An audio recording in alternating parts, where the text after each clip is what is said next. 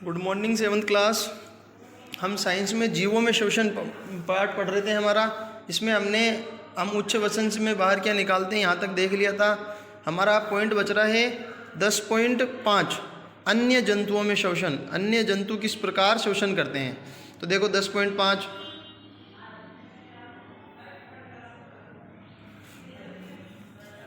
अन्य जंतुओं में शोषण। देखो अन्य जंतु जैसे हाथी, शेर, गाय, बकरी, मेंढक, छिपकली, सर्प और पक्षियों आदि जंतुओं की वक्ष गुहाओं में मनुष्य की भांति फेफड़े होते हैं। इन सब में तो क्या है, हमारी तरह फेफड़े होते हैं, तो इनके अंदर भी शोषण क्रिया होगी, अंतः शोषण, उच्च वसन सारा होगा, है ना। तो जीव शोषण कैसे करते हैं, ये जीव जो होते हैं ना, शोषण क्रिया इनमें कैसे होती है, क्या इनके भी मनुष्य के फेफड़ों जैसे ही शोषण अंग होते हैं? आइए पता करते हैं। जैसे अब और बहुत सारे जीव हैं, क्या उनके अंदर भी ऐसा ही होता है? तो सबसे पहले हम बात करते हैं कॉकरोच की, तिलचट्टा जिसको बोलते हैं। देखो इस तरीके का होता है कॉकरोच, श्वास प्रणाल तंत्र होता है ये इसका कॉकरोच का। ये देखो, तो अब देखो इसके अंदर कॉकरोच के शरीर के पार्श्व भाग यानी पीछे वाले भाग में छोटे छोटे छिद्र होते हैं। जैसे रंध्र होते हैं ना, पत्तियों में रंध्र होते हैं, ऐसे छोटे छोटे छिद्र होते हैं जो दिखाई नहीं देते हैं ऐसे। अन्य कीटों के शरीर में भी इस प्रकार के छिद्र होते हैं। ये छिद्र श्वास रंध्र कहलाते हैं। जैसे पत्तियों में रंध्र होते हैं ना, वैसे ही कॉकरोच के पार्श्व भाग में भी, शरीर के पार्श्व भाग में छोटे छोटे छिद्र होते हैं, जिनको हम क्या बोलते हैं? श्वास रंध्र कहलाते हैं।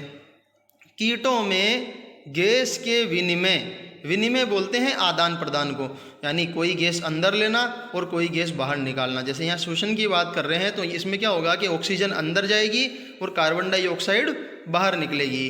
तो कीटों में गैस के विनिमय के लिए वायु नलियों का जाल बिछा होता है। जितने भी कीट पतंग होते हैं ना, इंसेक्ट्स जितने भी होते हैं, इन सब में गैसों के एक्सचेंज के लिए, गैसों का आदान प्रदान करने के लिए वायु नलियों का जाल बिछा होता है, जो श्वास प्रणाल या वातक कहलाते हैं। इन वायु नलियों को, जैसे इसमें देखो ये जो वायु नलियाँ बनी हुई है ना, ये वायु नलियाँ सारी की सारी, इनको क्या बोलेंगे हम? श्वास प्रणाल या वातक कहलाते हैं। अब ऑक्सीजन समृद्ध वायु, जिसमें ऑक्सीजन मात्रा हो, ऑक्सीजन की मात्रा ज़्यादा हो, ऑक्सीजन समृद्ध वायु श्वास रंध्रों से श्वास नालों में जाकर शरीर के ऊतकों को विसरित होती है। कहाँ से? श्वास रंध्रों, पहले जैसे वो जो छोटे छोटे छिद्र हैं, उन रंध्रों की सहायता से कहाँ पहुँचेगी? उन नलियों में, जिनको हम श्वास नाल बोलेंगे। फिर वहाँ से वो विभिन्न ऊतकों में पहुँच जाएगी और ऊतकों की सहायता से फिर वो कोशिका में पहुँचती है। क्योंकि हमने पढ़ा था ना, शरीर की संरचनात्मक एवं क्रियात्मक इकाई कोशिका होती है। कोशिकाओं से फिर ऊतकों का निर्माण होता है, ऊतकों से अंगों का निर्माण होता है और अंगों से फिर पूरे शरीर का निर्माण होता है। तो वायु जो है श्वास रंध्रों के द्वारा पहले श्वास नालों में जाती है, फिर वहाँ से ऊतकों में पहुँचती है और ऊतकों से फिर अंत में कोशिका में पहुँचती है और शरीर की प्रत्येक कोशिका में पहुँचती है। इसी प्रकार कोशिकाओं से कार्बन डाइऑक्साइड श्वास नालों में आती है और श्वास रंध्रों से बाहर निकल जाती है। श्वास नाल अथवा श्वास प्रणाल केवल कीटों में ही पाए जाते हैं। श्वास नाल और या श्वास प्रणाल किसमें होते हैं? केवल कीटों में। जितने भी इंसेक्ट होते हैं ना, कॉकरोच टाइप के जानवर, उनमें होता है। जंतुओं के अन्य समूहों में ऐसी व्यवस्था नहीं पाई जाती है। अब कक्षा 6 में के अध्याय 9 में आपने पढ़ा था कि केंचुए अपनी त्वचा से शोषण करते हैं। केंचुए के बारे में पढ़ा ना, ये उसके अंदर ऐसा कोई श्वास प्रणाल नहीं होता है, वो अपनी त्वचा से ही शोषण करते हैं। केंचुए की त्वचा स्पर्श करने पर आर्द्र और श्लेष्मीय प्रतीत होती है। श्लेष्मीय मतलब लेसी लेसी होती है ना, हल्की सी चिपचिपी सी दिखाई देगी अपने को, और आर्द्र नमी होगी उसके अंदर में। इसमें से गैसों का आवागमन आसानी से हो जाता है। यद्यपि मेंढक में मनुष्य की भांति फेफड़े होते हैं, तथापि वे अपनी त्वचा से भी शोषण करते हैं, जो आर्द्र और श्लेष्मी होती है। मतलब मेंढक में दोनों चीज़ें होती है, फेफड़े भी होती है और वो त्वचा से भी शोषण करते हैं। अब जल में शोषण करने वाले जंतु, कुछ जीव ऐसे भी तो हैं जो कि पानी में ही रहते हैं। तो अब वो पानी में रहते हैं तो वो शोषण कैसे करते होंगे? क्या उनमें भी फेफड़े होते हैं? तो उसके बारे में जानेंगे। देखो, उसके अंदर फेफड़े नहीं होकर के क्लोम या गिल पाए जाते हैं। क्या हम जल में शोषण कर सकते हैं तथा जीवित रह सकते हैं? ऐसे अनेक जीव हैं जो जल में रहते हैं। वे जल में शोषण कैसे करते हैं? जैसे मछली वगैरह है ना, तो वो जल में ही रहते हैं, तो वो शोषण कैसे करते होंगे? तो आपने कक्षा 6 में पढ़ा था कि मछलियों में क्लोम या गिल पाए जाते हैं। क्लोम जल में घुली ऑक्सीजन का उपयोग करने में उनकी सहायता करते हैं। ये क्लोम क्या करते हैं? जो पानी के अंदर, जैसे जल जो होता है ना, उसका सूत्र क्या है? H2O, यानी 2 अणु तो हाइड्रोजन के होते हैं उसमें और 1 अणु ऑक्सीजन का होता है। मतलब क्या हुआ कि पानी के अंदर में घुली हुई ऑक्सीजन मौजूद होती है। तो ये क्लोम जल में घुली ऑक्सीजन का उपयोग करने में उसकी सहायता करते हैं। क्लोम त्वचा से बाहर की ओर निकले होते हैं। क्लोम कैसे होते हैं? बाहर की ओर निकले होते हैं। ये देखो चित्र में इस तरीके से होते हैं। ये बना रखा ना यहाँ पे, ये बाहर की ओर निकला रहता है क्लोम।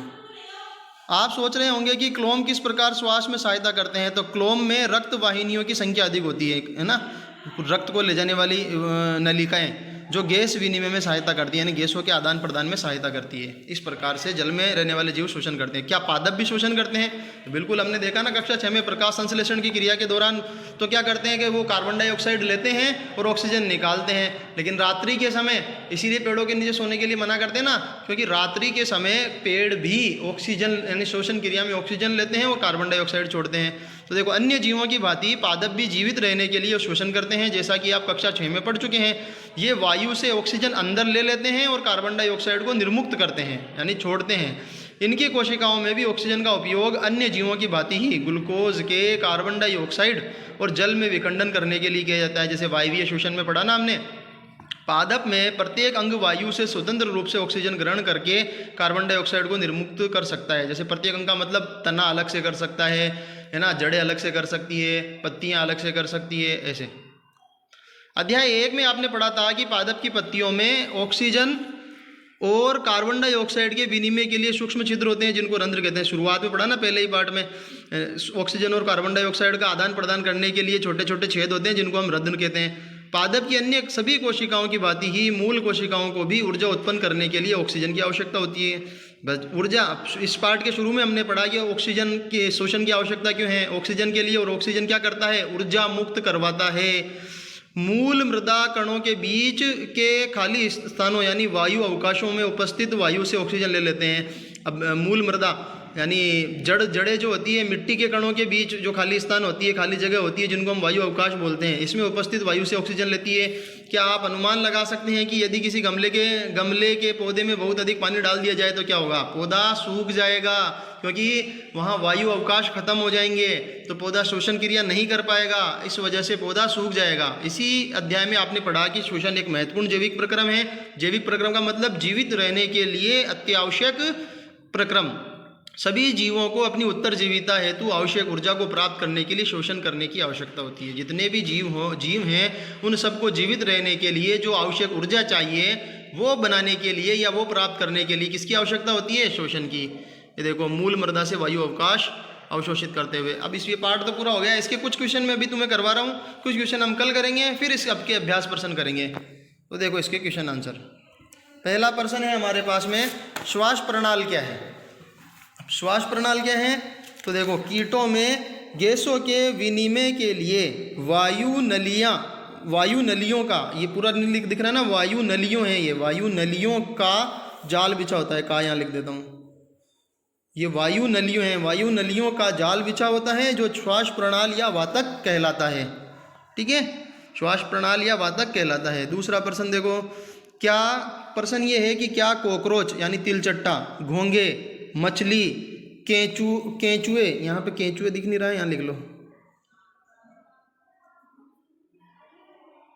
केंचुए, चींटी और मच्छर में भी फेफड़े होते हैं? तो अभी देखा ना हमने, नहीं, इन जीवों में फेफड़े नहीं होते हैं। वरन, यहाँ पे क्या लिखा है? वरन फेफड़ों के स्थान पर इनमें विशेष श्वसनांग होते हैं, जिनकी सहायता से, यहाँ पे क्या लिखा है? जिनकी सहायता से ये शोषण करते हैं, जिनकी सहायता से ये शोषण करते हैं। तीसरा प्रश्न है, ऐसे अनेक जीव हैं जो जल में जीवित रहते हैं, ऐसे अनेक जीव हैं जो जल में जीवित रहते हैं, वे जल में शोषण कैसे करते हैं? वे जीव जल में शोषण कैसे करते हैं? तो देखो, जलीय जीव जैसे मछलियों में क्लोम या गिल पाए जाते हैं, क्लोम या गिल पाए जाते हैं। क्लोम जल में घुली ऑक्सीजन का उपयोग करने में इनकी सहायता करते हैं। ये क्लोम क्या करते हैं? जल में घुली हुई ऑक्सीजन का उपयोग करने में इनकी सहायता करते हैं। क्लोम त्वचा से बाहर की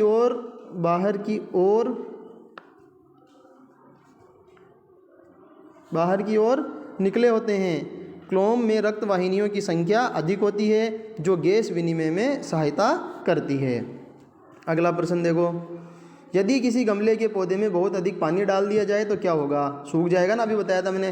तो पादप में जड़ मृदा कणों के बीच के खाली स्थानों में उपस्थित वायु से ऑक्सीजन लेती है, यानी मिट्टी के जो कण होते हैं ना उनके बीच में जो खाली जगह होती है ना, वहाँ से वायु ऑक्सीजन लेती है। अब यदि किसी गमले के पौधे में पानी बहुत अधिक डाल दिया जाएगा तो जड़ों को श्वसन के लिए वायु नहीं मिल पाएगी और ऑक्सीजन की अनुपस्थिति में जड़ें मर जाएगी, फिर धीरे धीरे पौधा सूख जाएगा।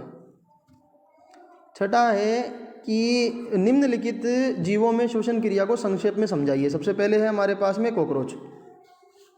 तो देखो कॉकरोच, इसके शरीर के पार्श्व भाग में छोटे छोटे छिद्र होते हैं जी। ये छिद्र क्या कहलाते हैं? श्वास रंध्र कहलाते हैं। किनको बोलते हैं? श्वास रंध्र। कॉकरोच के शरीर के पार्श्व भाग में छोटे छोटे छिद्रों को श्वास रंध्र कहते हैं। गैसों के विनिमय के लिए वायु नलियों का जाल बिछा होता है जो श्वास प्रणाल या वातक कहलाता है। ऑक्सीजन समृद्ध वायु श्वास रंध्रों से श्वास नालों में जाकर शरीर के ऊतकों में विस्तृत होती है और शरीर की प्रत्येक कोशिका में पहुंचती है। इसी प्रकार कोशिकाओं से कार्बन डाइऑक्साइड श्वास नालों में आती है और श्वास रंध्रों से बाहर निकल जाती है। यानी अंतःशोषण और उच्च वसन ही समझाया है हमने, किस तरह से ऑक्सीजन शरीर में पहुँचती है और किस तरह से कार्बन डाइऑक्साइड शरीर से बाहर निकलती है ना। ये तो हो गया कॉकरोच का। अब मछली की बात करते हैं। तो देखो मछलियों में क्या होता है कि मछलियों में क्लोम या गिल पाए जाते हैं। दिख नहीं रहा है ना, ये पाए जाते हैं, यहाँ पे लिख लेना।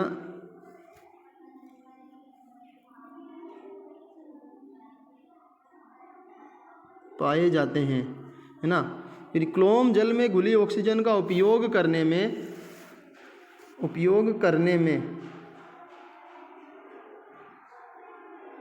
उनकी सहायता करते हैं। क्लोम त्वचा से बाहर की ओर निकले होते हैं। ये की लिखा है पूरा, है ना, की ओर निकले होते हैं, बाहर की ओर।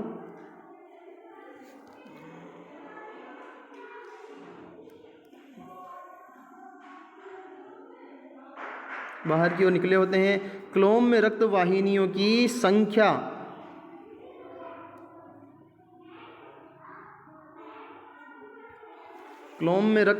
संख्या अधिक होती है जो गैस विनिमय में सहायता करती है। यहाँ पे क्या है लास्ट में? करती है।